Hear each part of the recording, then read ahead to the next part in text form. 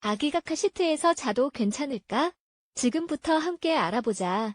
아기를 재우려고 모든 방법을 동원했다가 거의 자포자기하는 심정이 되었다. 아이디어가 거의 바닥날 때쯤 길을 카시트에 태우고 차이타운전을 시작한다. 길을 달리기 시작하자마자 기적의 일어난다.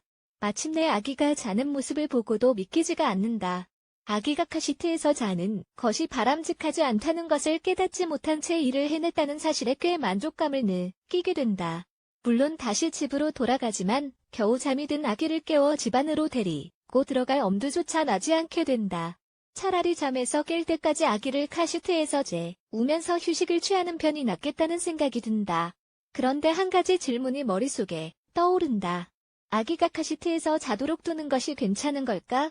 이 시나리오가 익숙하게 느껴진다면 다음과 같은 정보를 읽어보도록 하자. 차가 움직이자마자 아기가 자는 이유 유아용 침대와 아이를 둘러싼 매우 조용한 환경은 9개월간의 임신 중 아기가 머문 곳과는 완전히 다르다.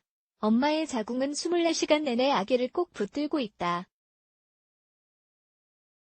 아기는 엄마의 심장 박동과 소화가 되고 호흡을 하는 소리에 익숙하다. 또한 엄마가 듣는 소리와 엄마의 목소리를 많이 듣는다. 태아의 관점에서 보면 엄마는 끊임없이 움직인다. 여기저기를 걸어 다니고 계단을 오르내리고 다른 운동을 한다. 엄마가 가만히 있어도 소리는 완전히 사라지지 않으므로 밤이 되어 잠자리에 들어도 거의 멈추지 않는다. 아기가 잠들면 미세하지만 끊임없이 돌아가는 소리와 움직임이 생긴다. 바로 이러한 이유로 인해 아기가 조용하고 외로운 방에 있는 거대한 침대에 누워있으면 잠이 드는 것이 어렵다는 것을 쉽게 상상할 수 있다. 물론 카시트에 있을 때는 모든 것이 바뀐다. 자동차 진동의 자극과 엔진의 회전으로 인해 부모에게는 불가능하게만 보이지만 아기는 거의 즉시 잠에 빠질 수 있다. 이렇게 되는 이유를 상상하는 것은 그다지 어렵지 않다. 자동차의 윙윙거리는 소리는 아기에게 엄마의 뱃속에서 보낸 시절을 떠올리게 한다. 카시트는 어떨까? 아기용 카시트와 베이비 캐리어는 아기를 차 안팎으로 이동시키는 데 기본적인 안전 도구이다. 많은 국가에서 법률상 이런 제품은 의무적으로 사용해야 한다. 카시트는 충돌 시 아이를 위한 기본적인 추가 안전장치이다. 그러니 절대 아기를 조수석에 태우거나 무릎에 앉히지 말자. 특히 아기는 누군가의 품이 아닌 항상 카시트에 있는 것이 좋다. 다른 차량 또는 길에 있는 무언가와 충돌할 경우 묶여있지 않은 물체나 신체는 격렬한 충격 뒤 밖으로 떨어져 나가게 된다. 아기를 품에 안고 있었다면 어떤 일이 벌어졌을지 생각해보자. 이러한 상황에서는 아기용 카시트가 삶과 죽음을 가를 수 있다. 하지만 적절한 것보다 더 큰 시트를 신생아에게 사용할 때 문제가 발생한다. 어떤 시점에서 아기는 차에서 잠들 수밖에 없으며 자야 할 때마다 자지 못하게 막을 수는 없다. 또한 아기의 안전을 보호하기 위해서는 자는 동안 아기를 주시하고 올바른 자세를 유지하고 있는지 확인해야 한다. 아기가 카시트에서 자지 못하게 해야 할까? 아기가 얼마나 연약한 존재인지는 이미 모두가 알고 있다. 또한 아기는 아직까지 자신의 몸을 가눌 수 없으므로 차에 앉아 있는 동안 이리저리 움직인다.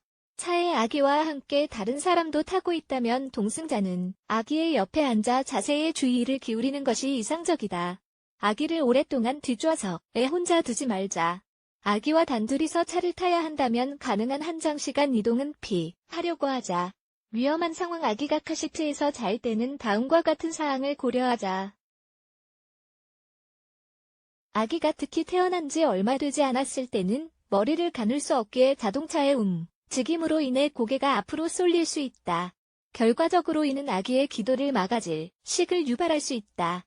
아기를 카시트에 앉힐 때는 자세를 주시하고 벨트를 제대로 채워야 한다. 안전띠를 제대로 채우지 않으면 신체가 과하게 구부러져 가슴과 복부를 압박할 수 있다. 특히 아기가 몸을 제대로 가누지 못할 경우에는 카시트에 있을 때 산소 수준이 낮다. 따라서 아기에게는 아직까지 스스로 앉아있거나 서 있을 수 있는 힘이 없기 때문에 오랫동안 카시트에 앉히지 말자. 겨울에는 아기가 카시트에 있을 때 매우 두꺼운 외투를 입지 않아야 한다. 5대 두께로 인해 안전띠가 아이를 제대로 붙들 수 없어 충돌이 발생하면 나쁜 상황이 생길 수 있다.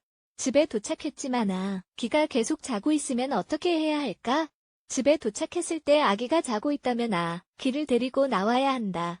카시트에 자게 두는 것은 바람직하지 않다.